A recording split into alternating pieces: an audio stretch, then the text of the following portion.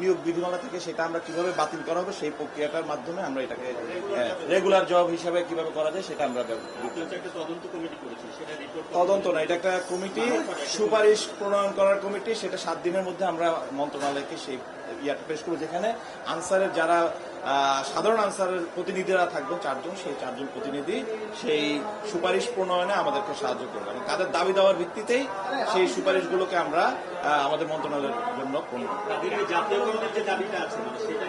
সেটার সাথে আসলে ওদের সমস্যার জায়গাটা একটু ভিন্ন। সমস্যাটা এই জন্য যে সমস্যার জায়গা যেটা আমরা প্রথম যেটা স্যার বলেছেন, উপদেষ্টা মহোদয় বলেছেন, সেই জায়গাটা নিয়ে আমরা ইনশাল্লাহ বাকি সব সমস্যা নিয়ে আমরা কাজ করব। আমরা যেহেতু এটা কমিটি হয়েছে, এটা বিচার বিশ্লেষণ করে এবং এটা যেহেতু আরো অন্যান্য মন্ত্রণালয়ের সাথে সম্পর্কযুক্ত এবং আমাদের একটা জাতীয় সংকটও এখন চলতেছে, বন্যা সংকট চলতেছে, আমাদের কিন্তু অনেক দিকে কাজ করা লাগতেছে। এই দুর্যোগ কালের ভিতরেও আমরা ওই কমিটি মূলত এটা বিচার বিশ্লেষণ করবে এবং সুপারিশ করবে। সেখানে আনসার বাহিনী, আনসার ভাইদের যে যত সমস্যা আছে, তারা যে বৈষম্য এবং যে সমস্যাগুলো তারা ফেস করেন, সেগুলো নিয়ে আলোচনা করে একটা যৌক্তিক সমাধানে আমরা পৌঁছাবো। তবে প্রাথমিকভাবে যে তাদের রেস্ট পদ্ধতি ছিল সেটি স্বরাষ্ট্র উপদেষ্টা যেমনটা বললেন সেটি বাতিলের প্রাথমিক সিদ্ধান্ত হয়েছে।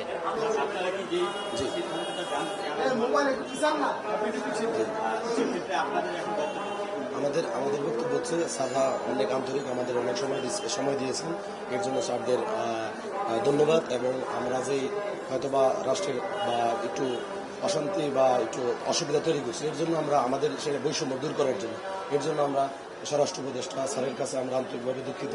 এবং আমরা স্যার আমাদের যথেষ্ট আমাদের রেশপথা বাতিল ঘোষণা করছে এবং স্যার আমাদের পরবর্তী যে কার্যক্রম জাতীয়করণের ক্ষেত্রে আমাদের যে দাবি, আমাদের এক দাবি যে জাতীয়করণের ক্ষেত্রে আমাদের উচ্চতর একটা মন্ত্রী পরিষদ থেকে একটা কমিটি দেওয়া হয়েছে। এর মধ্যে আমরা 4 জন আনসার সমন্বয়ক আছি এবং এই 7 কর্মদিবসের মধ্যে মন্ত্রণালয়কে এটার একটা পর্যবেক্ষণ বা একটা সুপারিশ আমরা দেব। হ্যাঁ, আমরা আপাতত আন্দোলন স্থগিত করতেছি, মানে একবারে বিলুপ্তি ঘোষণা করতেছি না বা করতেছি না, আন্দোলন স্থগিত। সবার সাথে আলাপ আলোচনা করে আমরা আপাতত আন্দোলন স্থগিত করবো স্যারের এই সিদ্ধান্তের পর।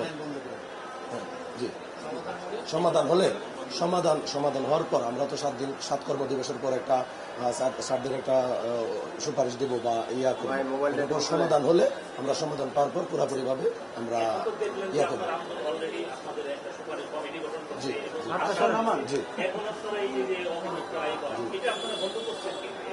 জি, আমরা ইনশাল্লাহ এর থেকে এই স্থান ত্যাগ করার পর সবাইকে আমরা যে নেতৃত্ব দিয়েছি 19 সমন্বয় কমিটি, সবার পক্ষ থেকে তাদের দিকে নির্দেশ থাকবে যে যারা আন্দোলনরত আছে সবাই কর্মস্থলে ফিরে যাবে এবং কর্মবিরতি প্রত্যাহার করে সবাই সবার অবস্থানে চাকরিতে নিয়মিত ডিউটি করবে। আচ্ছা, আমার নাম হচ্ছে মোহাম্মদ নাসিম মিয়া, আমি হচ্ছে 19 সমন্বয় কমিটির 1 নম্বর সমন্বয় নাসিম মিয়া। জি, আর মূল কমিটিতে 4 জন নেওয়া হয়েছে। এই 4 জন আমরা পরবর্তী 7 কর্মদিবসের মধ্যে মন্ত্রণালয়ে আমরা একটা সুপারিশ পাঠাবো এবং আমরা আমাদের যে আন্দোলন থেকে এই মুহূর্তে আমরা ইয়ে করছি যে স্থগিত ঘোষণা করার বাইরে করবো।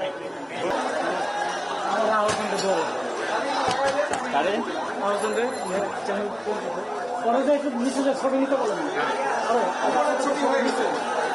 না,